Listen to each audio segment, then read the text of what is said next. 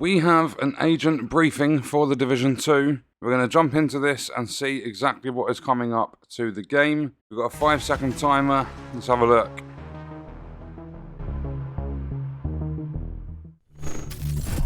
Here we go, agent briefing. Hello everyone, and welcome to the first in a regular series of videos recapping what's been going on in and around the Division.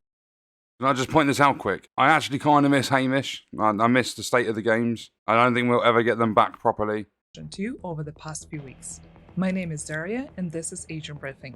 What's the Agent Briefing, you may ask? The intention is to make sure that you're up to date with all the important developments from the Division 2 team, and especially what's going on in the community. By the way, this is a pre-recorded video, so I won't be able to react to your comments live, but there are gonna be a few of us in the chat answering your questions.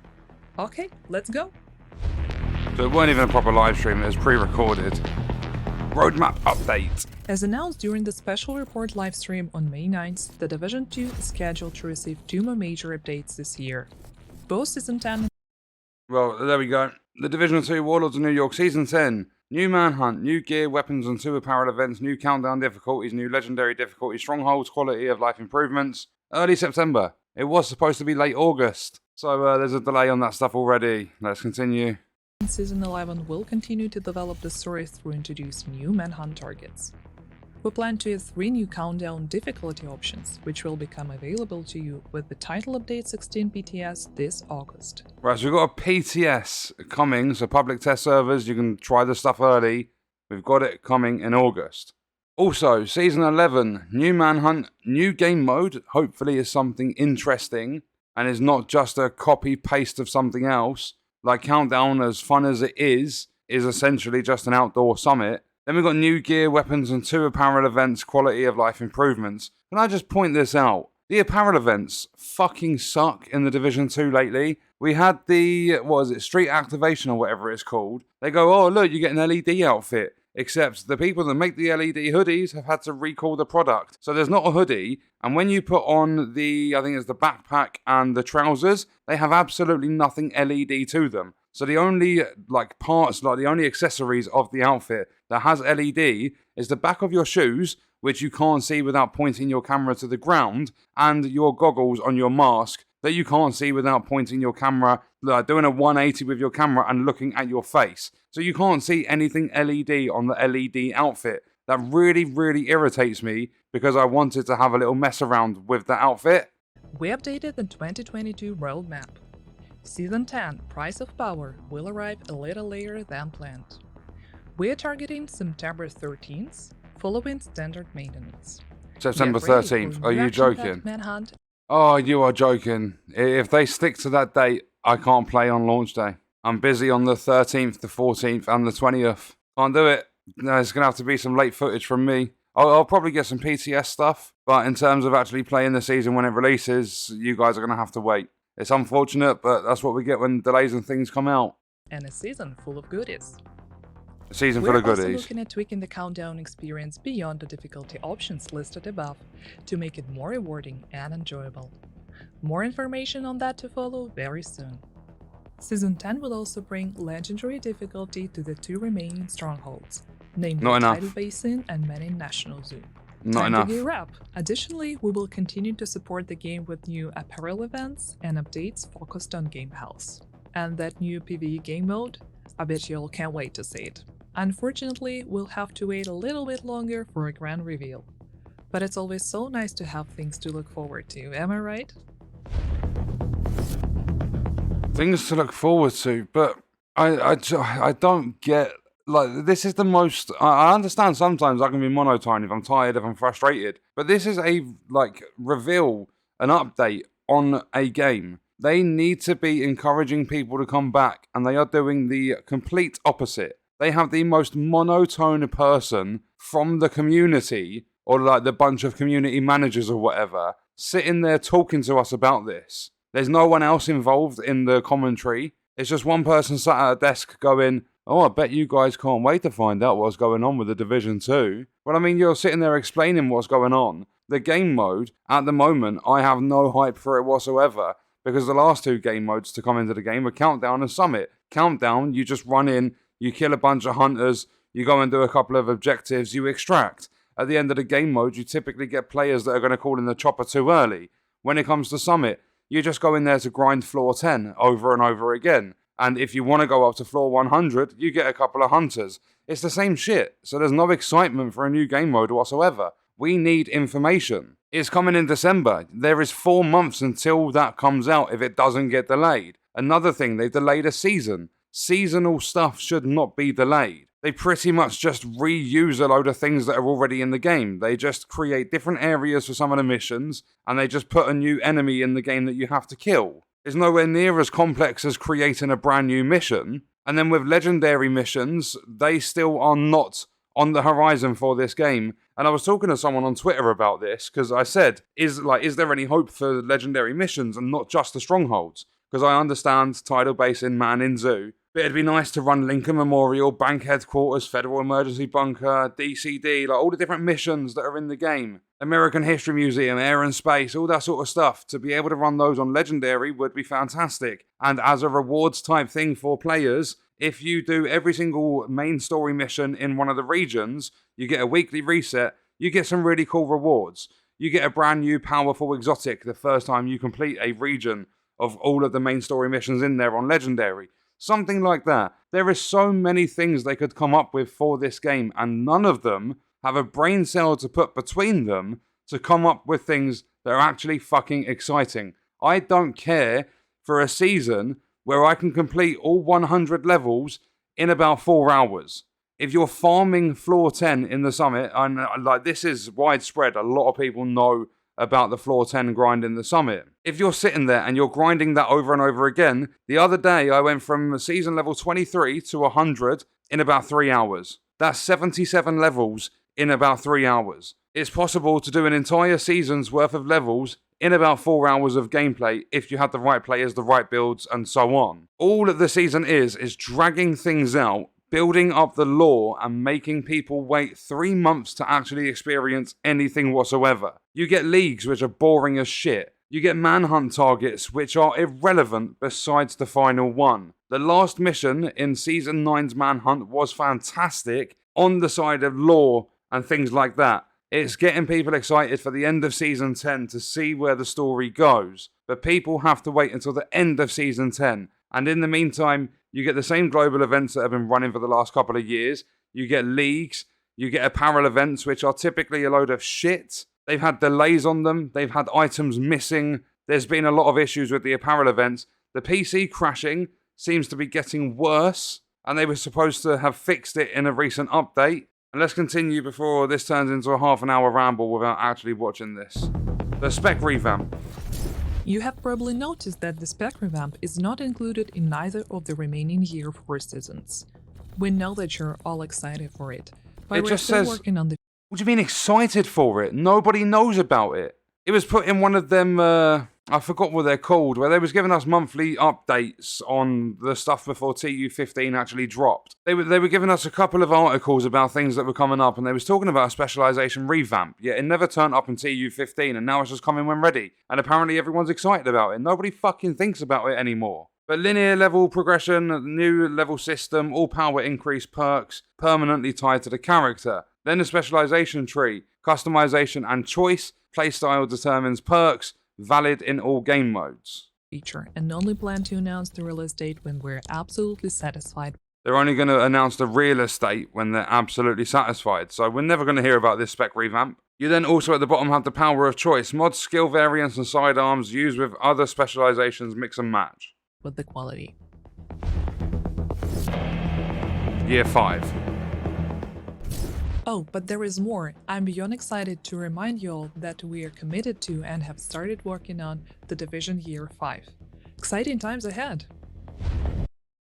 Please don't deliver it in monotone, fucking hell. And we have some news. We are dedicated to continuing in Year 5. I bet you're all excited. You sound like a fucking robot. And nobody cares about Year 5. We've started, notice how they say we've started working on Year 5. Can you focus on getting Year 4 completed first? They've just delayed part of Year 4, and now they tell us they've started working on Year 5. Get your fucking priorities straight. Known issues board. Yeah, they've started using Trello. Next up, It took them known 3 issues years. board. We set up this board to make bug tracking and reporting easier for you and allow the community to see what the Division 2 team is investigating, fixing, or working on right now. Of course, this board does not show all the issues we have in our internal task trackers. With the help of the board, we plan to show.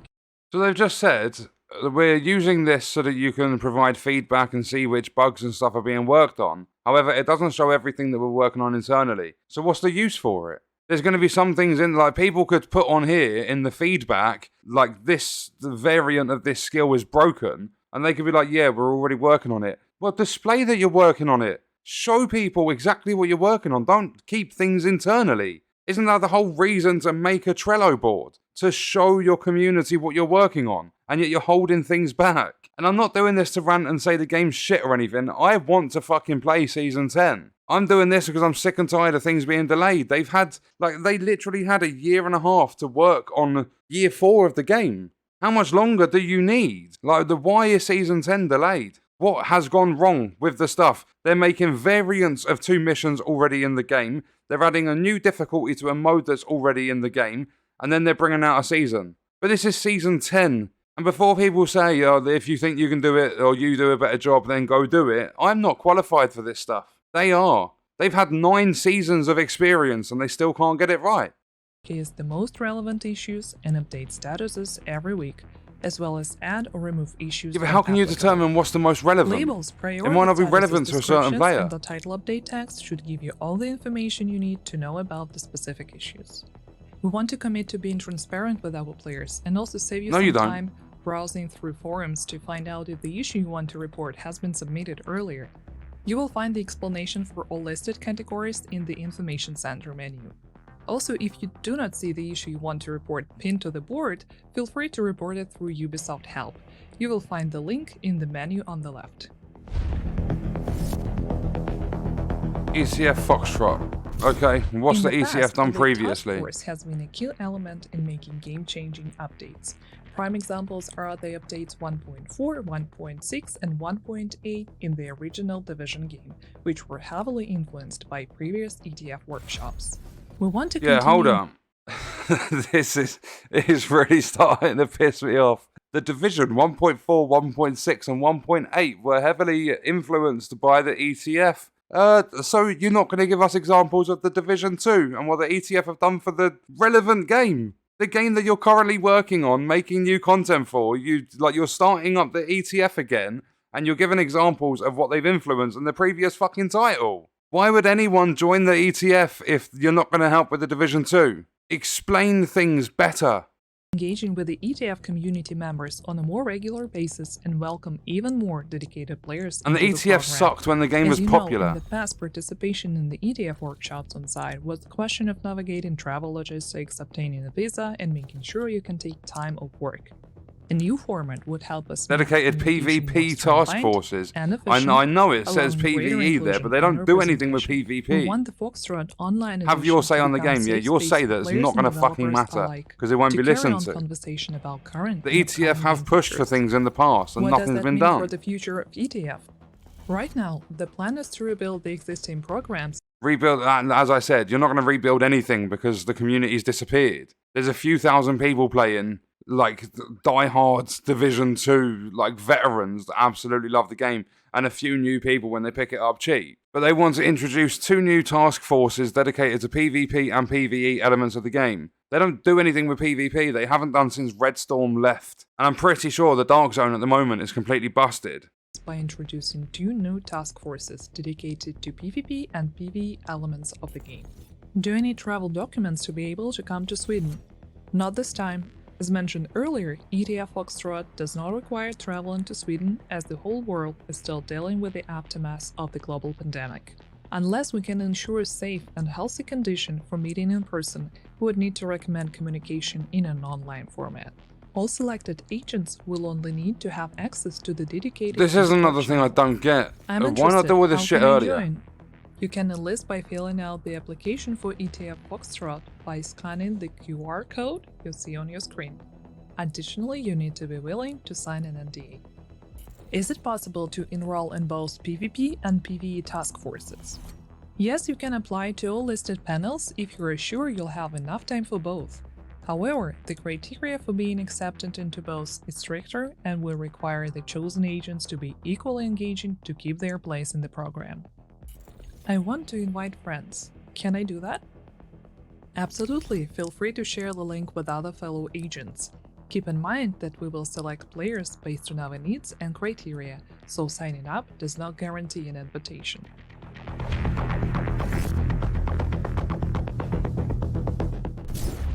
We're happy to confirm that very soon you will be able to start testing Tu16 changes. Among them are 3 new countdown difficulties.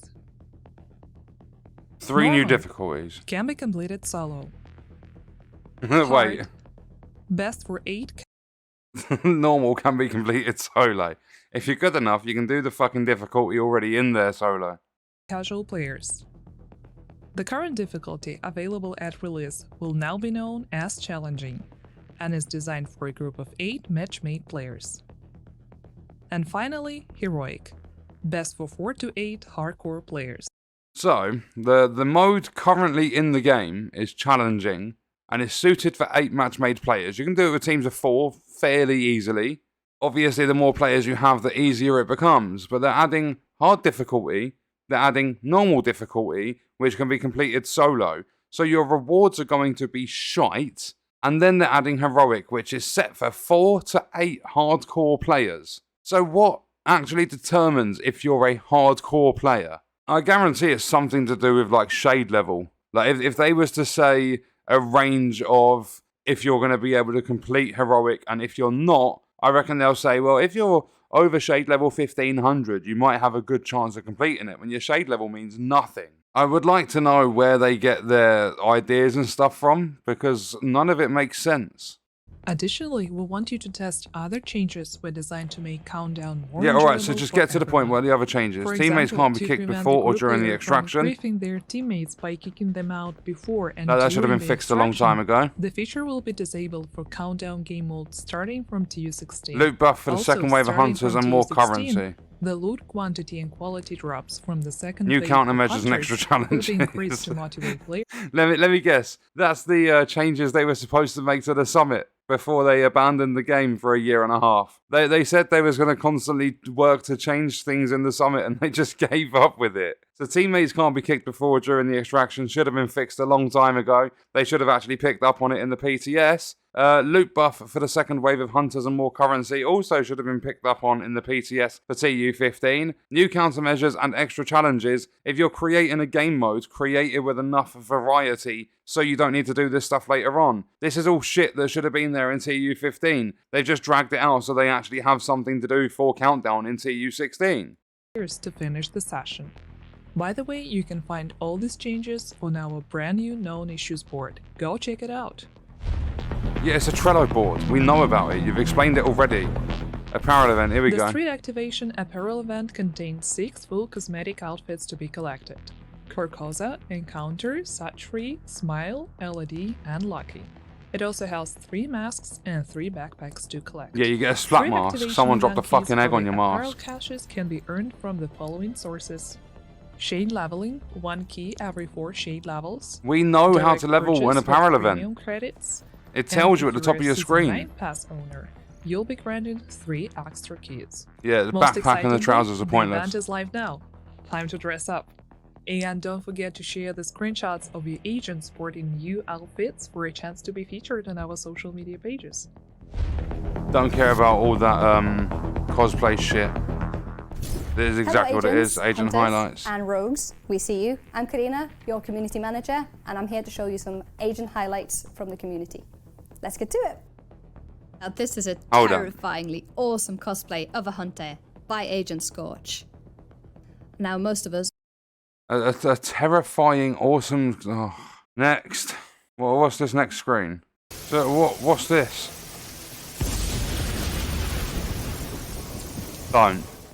That was some Are you? Are you actually serious? Look at this epic gameplay moment. Lightning strikes the floor 5 foot in front of the player. It's so insane that it happens in the Division 2. Fuck off. Seriously, look at this. Wait, how is it hyped up? Out there, but I hope you're looking after them. Yeah, I don't care about the Lastly, hardcore we want character to share shaved with you this 10,000. Epic and very rare in-game moment brought Epic and very rare in-game to you by moment. Moloch Let's have a look. Cow. Let's have a look. Ready? Wait for it, wait for it, wait for it. Wait for it. Oh my god. Oh, there was a lightning strike next to the police car. Holy shit. That is amazing. Even just saying that and being sarcastic and taking the piss, I feel really sad. That was some amazing creations. To share yours with us. Amazing creations. You're not creating it. You're walking around the game world and seeing it happen. And you're not creating 10,000 shade level. You're playing the game and making progression. You're not creating any of it. The Agent Highlights hashtag. That's it, isn't See you it? then. And that's it for today. I hope you all enjoyed the show and learned something new. Until then, see you next time. Bye.